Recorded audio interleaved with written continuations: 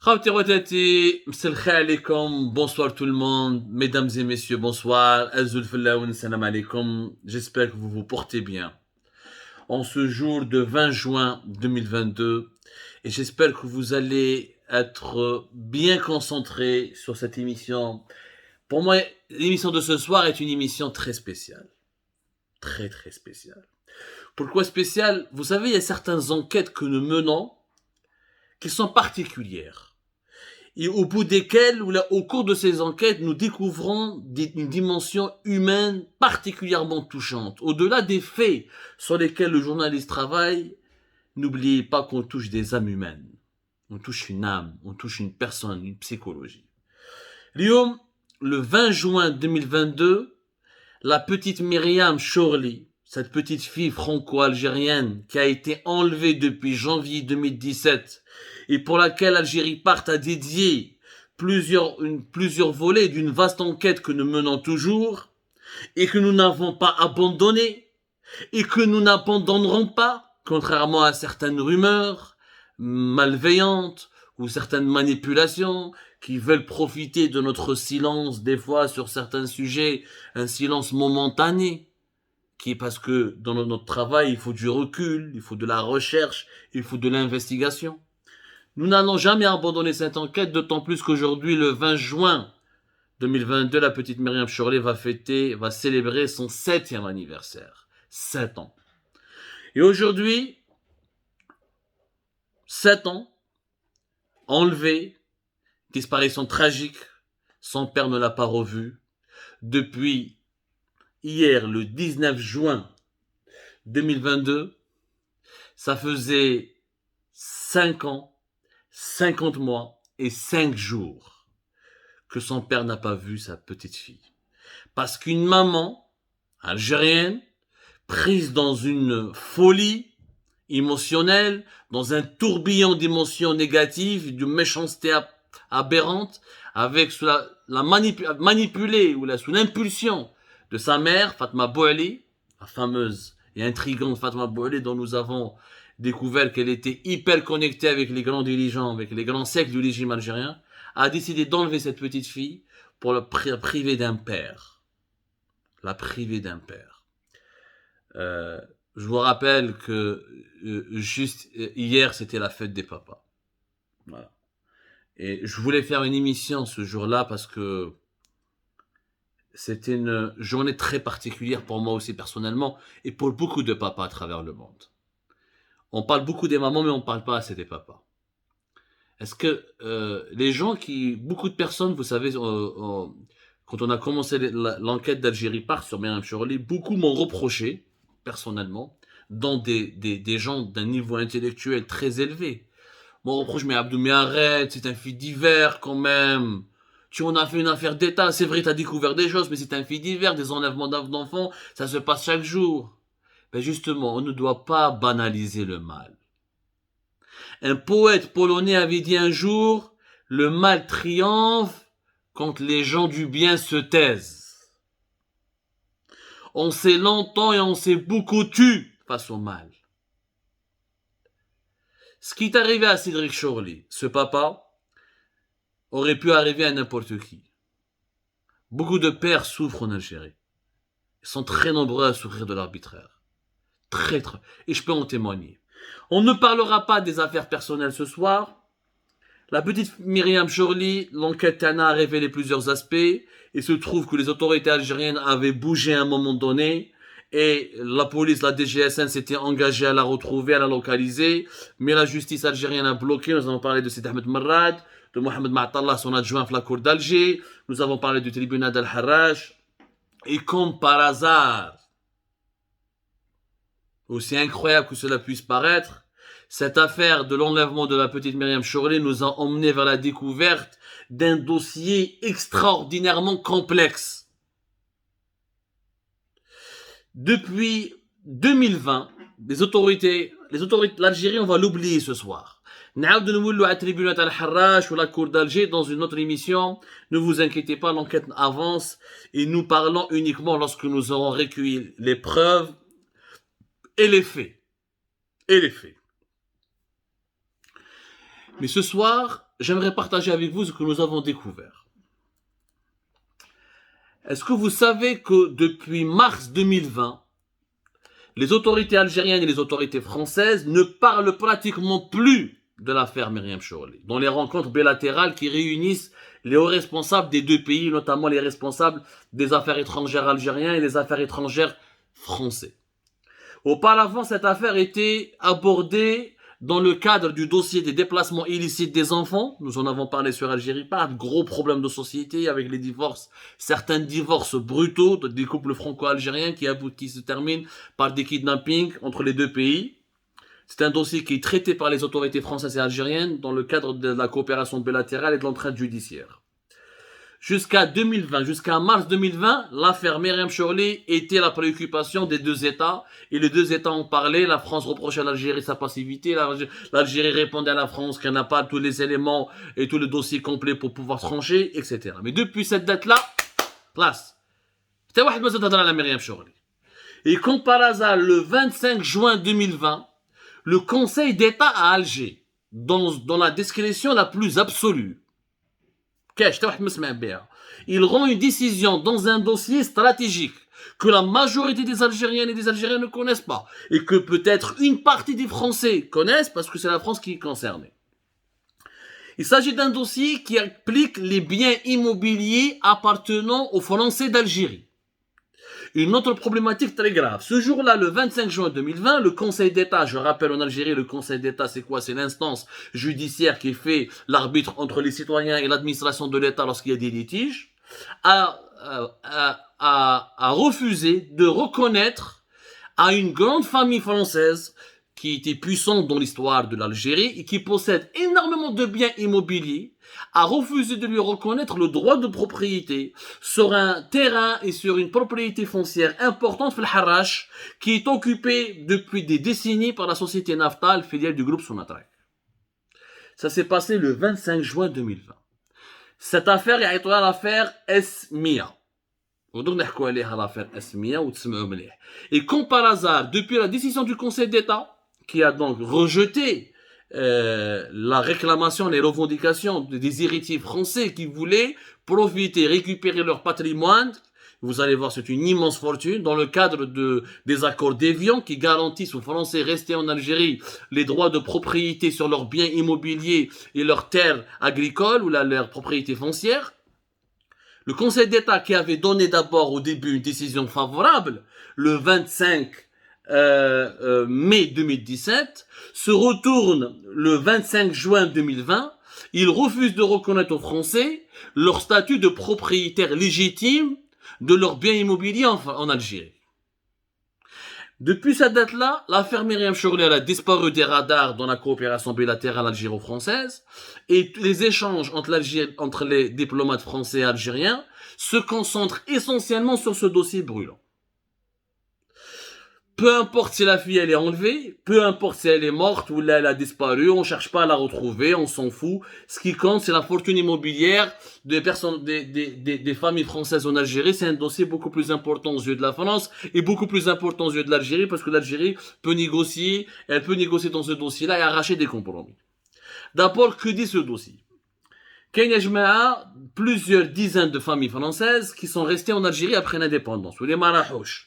Et dans ce cas-là, en restant en Algérie, les accords d'Évian sont clairs. Ils ont le droit de garder leurs biens immobiliers et leurs propriétés. Le mouchkil ya jama'a, c'est que depuis 1963, il y a une loi algérienne qui a été créée, la notion juridique du bien vacant. Il y a un bien vacant. Il y a des familles françaises qui avaient plusieurs logements, mais tous les logements. Ils n'ont pas habité tous leurs biens ou là, ils n'ont pas occupé tout leur terrain. Les autorités algériennes, pour certains biens, les ont considérés comme des biens vacants, donc ils ont été nationalisés par l'État ou l'aidethum al-dawla. Je ne vais pas m'attarder sur le décret de 1963, sur la loi de finances de 2010, sur la vacance qui a été annulée en 1980. Le dossier juridique c'est un dossier très compliqué. On va aller dans une autre émission.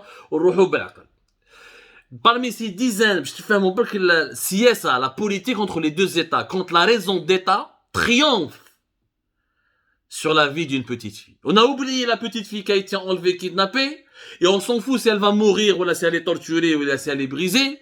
Mais quand il s'agit de biens immobiliers, d'empires immobiliers de grosses fortunes, les deux États sont excités, ils se parlent entre eux, ils essaient de trouver des solutions.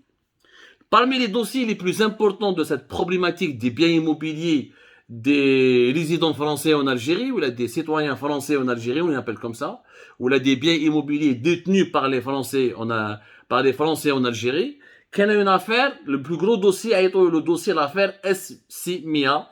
C'est une société immobilière qui s'appelle Al-Tayrak Asmia. C'est la société immobilière Al-Tayrak, qui appartenait à un grand groupe à l'époque de colons français, à un grand groupe d'une grande famille française, qui a encore des attaches avec l'Algérie, et dont l'une des descendantes vit encore en Algérie, je vais donner son nom, et que nous allons contacter bientôt sur Algérie Park pour comprendre les dessous de cette affaire complexe. Il s'agit de Al-Tayrak et fils, qu'ils avaient des usines à caractère industriel, donc ils ont été nationalisés en 1968, mais dans le cas des accords d'Évian, encore une fois, à 62, les descendants de la famille Al-Tayrak, ils ont gardé leurs biens immobiliers, ou dès depuis l'indépendance du pays, 1962, une société immobilière, la Asmia.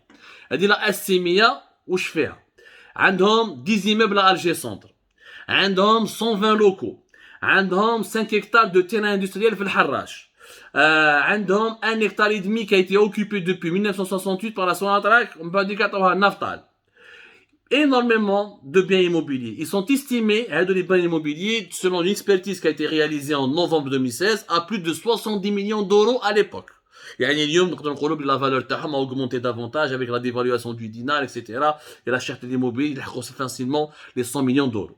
هادو كاع appartiennent aux héritiers de la famille Al-Tayrak et qui ont fait une société immobilière la Asmia. Jusqu'à 2013 هذه la société immobilière كانت تخدم, elle fonctionnait le plus normalement possible en Algérie, c'est-à-dire elle était toujours reconnue comme propriétaire de ses biens immobiliers et elle louait.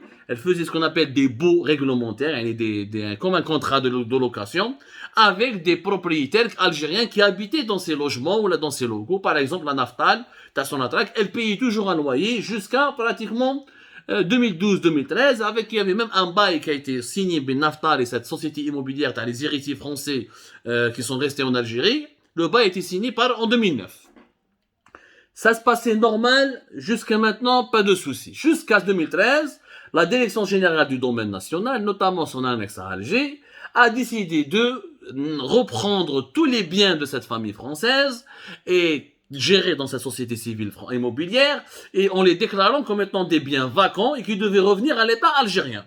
Mais habouch يستعرفوا les droits de propriété de cette famille française. En mars 2014, le contentieux a éclaté bien les autorités algériennes de cette famille française, parce que la direction des domaines de la wilaya d'Alger, c'est l'administration de l'État algérien. L'affaire كبرت لحقت jusqu'à la Cour suprême, le Conseil d'État. ومن بعد دخلت لحقت jusqu'à Bouteflika, parce que Laurent Fabius, l'ex-ministre des Affaires étrangères, a été saisi par cette famille française. Les Rahou, Bouteflika, il faut régler ce problème. C'est pas, les accords d'Évian sont clairs, ou cette famille française est restée en Algérie. Certains de ses héritiers sont restés en Algérie, ils ont conservé leurs biens qui étaient loués de la manière la plus normale possible. Pourquoi leur prendre leurs biens? D'ailleurs, la descendante, la représentante de cette famille, une certaine madame Caroline Janson, fin mars 2014, elle a lancé un appel à l'ex-président de la République, Abdelaziz Bouteflika, pour lui demander d'intervenir pour que restituer tous les biens qui appartenaient à sa famille, dans le cas de cette société immobilière, la Asmia Al-Tayrak. L'affaire كبرت. Qu'il a regardé le Bouteflika, il a débloqué un petit peu l'affaire. En 2017, le Conseil d'État, il s'est prononcé en faveur des héritiers français. Et il pouvait donc percevoir encore les loyers et garder la propriété. En 1991, l'État algérien a proposé de racheter l'ensemble de ses biens immobiliers, les immeubles adjacents, des terrains al-Harrach, etc. Pour ça, le prix a été jugé trop bas par les héritiers français. Donc l'affaire حبست هنا. Plus aucun taux d'avancement dans cette affaire. 2017-2010, avec l'intervention de Laurent Fabius, Bouteflika, il ordonne de débloquer le dossier, de rendre à cette famille française, dans le cadre du respect de la loi algérienne, leurs biens immobiliers, c'est le droit de jouir de leurs biens immobiliers. Même بعد la chute du régime de Bouteflika, صرات كحلات قلبت الموازين بوتفليقه راح. Les intérêts français ont commencé à être menacés en Algérie. Le nouveau régime voulait absolument saboter les intérêts français parce que la France ne soutenait pas activement l'instauration d'un nouveau régime dictatorial en Algérie, militaire, de plus en plus militarisé et très liberticide. Darou à la famille française, donc qui ont payé. C'est une décision politique, clairement, puisqu'il va en 2017, tu reconnais les droits de profiter du terrain d'Al-Harrach et qui sont leurs propriétaires, qui sont vraiment les propriétaires de ce terrain. Et en juin 2020, tu changes un autre verdict et tu dis que non, finalement, la direction des domaines avait raison, il n'y a plus de concessions et ça doit revenir à l'État algérien, ou là ça doit revenir à l'État algérien. Donc, toutes ces contradictions obéissent à des agendas politiques. Parce que les biens français en Algérie sont délimités par un règlement très compliqué. Par exemple, pour qu'un Français qui a gardé ses biens depuis l'indépendance, pour qu'il puisse vendre ses biens immobiliers en Algérie à un moment donné, il doit d'abord obtenir une autorisation administrative du Wali, de la région où il a ses biens immobiliers. Le décret, une autorisation, elle est réglée ou la régie par un décret qui date de 1983. Où le Wali doit se prononcer dans un délai de 4 mois, donc 4 mois pour qu'il puisse donner une réponse. Mais malheureusement, beaucoup de Wali, malheureusement pour les propriétaires français, beaucoup de Wali refusent de délivrer une autorisation qui permet à des Français ou là des descendants de familles françaises restés en Algérie de vendre leurs biens immobiliers. Le dossier est très compliqué, mais il est aussi très politique. Et parce qu'il est politique, il fait l'objet de négociations secrètes entre les autorités algériennes et les autorités françaises. Des négociations qui ne se sont jamais arrêtées depuis 2013 et qui ont repris fortement depuis juin 2020. C'est tout à fait compréhensible que les autorités algériennes et françaises s'intéressent à ce dossier. C'est tout à fait compréhensible que la famille dont la descendante s'appelle Madame Caroline Janssen veuille récupérer leurs biens ou là défendre leurs droits de propriété. Ce dossier est important, ça compte même plus de 70 millions d'euros de biens. Ça allège abandonner l'enlèvement de la petite Myriam. Pourquoi privilégier un dossier où il y a de l'argent et de l'immobilier au détriment d'un autre? Pourquoi pour une fillette enlevée par une famille dangereuse, par un gouroutisé, par une belle-mère, par une ex-belle-mère, Fatma Bouali, qui a des connexions dangereuses avec les cercles mafieux du régime algérien, on se tait, on ne dit plus rien, on dit vas-y, c'est pas grave, c'est une fille qui a disparu, qui a été enlevée, c'est pas important, il s'agit de vie humaine. Il s'agit de vie humaine. Qu'est-ce qui est plus important? 70 millions d'euros de biens immobiliers ou sauver une fille? Pourquoi depuis mars 2020, les relations, les échanges bilatéraux entre l'Algérie et la France se sont arrêtés, se sont figés? On ne parle plus de Myriam Chorli. Et pourtant, pour les biens immobiliers, pour l'affaire de Caroline Janssen ou l'affaire de la société Atayrak, Dendiem Gilba. Gilba Denia. Branle-bas de combat, à tous les niveaux, en France comme en Algérie. Ce qui est malheureux, bien sûr, nous aurions aimé fêter l'anniversaire de Myriam Chorli avec son père parmi les siens, pour qu'elle puisse avoir une vie normale, une scolarité normale, une enfance normale, heureuse. Ce qui est malheureux, c'est que son jour d'anniversaire nous a permis de découvrir que la raison d'État est plus forte que les émotions, que le sentiment humain. Les politiques s'intéressent pas aux souffrances de leurs compatriotes, de leurs citoyens, de leurs concitoyens. Les politiques, ce qui les intéresse, c'est les intérêts. Là où il y a de l'argent, il y a de l'intérêt. Là où il y a du fric, il y a de l'intérêt. Là où il y a des patrimoines à défendre, à récupérer, à restituer, il y a de l'intérêt. Des deux États, Algérie, France. Je suis réfugié en France. Et je le dis, parce que la vérité doit être dite. Même si cela va me coûter beaucoup de problèmes. J'ai pris l'habitude d'avoir des problèmes. Mais, quand on est père, on doit tout faire pour ses enfants. Quand on est père, on doit aimer les enfants des autres comme on aime ses enfants. Quand on est père, on se doit de défendre les enfants des autres comme on défend nos enfants. Parce que si un mal arrive aux enfants des autres, cela signifie qu'il peut arriver à nos enfants. Toutes les affaires se valent. Les dirigeants politiques français ou algériens ont le droit total et entier de régler les dossiers les plus complexes comme ceux des biens immobiliers appartenant aux familles françaises. Chut, j'adhère. Mais ni les dirigeants français ni les dirigeants algériens n'ont le droit d'oublier Myriam Chorli. N'ont le droit de la reléguer au second plan. N'ont le droit de l'oublier ou de marginaliser cette affaire ou tout simplement de l'enterrer. Parce qu'il s'agit de vies humaines. Peu importe les immeubles, peu importe les terrains, peu importe le foncier. La vie humaine n'a pas de prix. La petite Myriam doit être retrouvée. Et si les autorités françaises et algériennes se mettent d'un commun accord et décident d'agir ensemble pour localiser la personne qui l'a enlevée, je peux vous dire en 48 heures l'affaire sera conclue. Et je sais même que les deux, que les autorités algériennes comme les autorités françaises, ils savent où est-ce que cette fille se cache, ou là ils savent où est-ce que cette fille a été enlevée. Ils le savent. Les dirigeants français et algériens le savent. Les autorités algériennes et françaises, elles le savent. Il ne faut pas l'abandonner, Myriam Chorli. Comme ça, merci beaucoup de nous avoir suivis. Nous reviendrons sur la problématique des biens immobiliers des familles françaises en Algérie dans une autre émission beaucoup plus longue, beaucoup plus détaillée avec des documents à l'appui. Comme ça, que Dieu préserve vos enfants, que Dieu bénisse vos familles.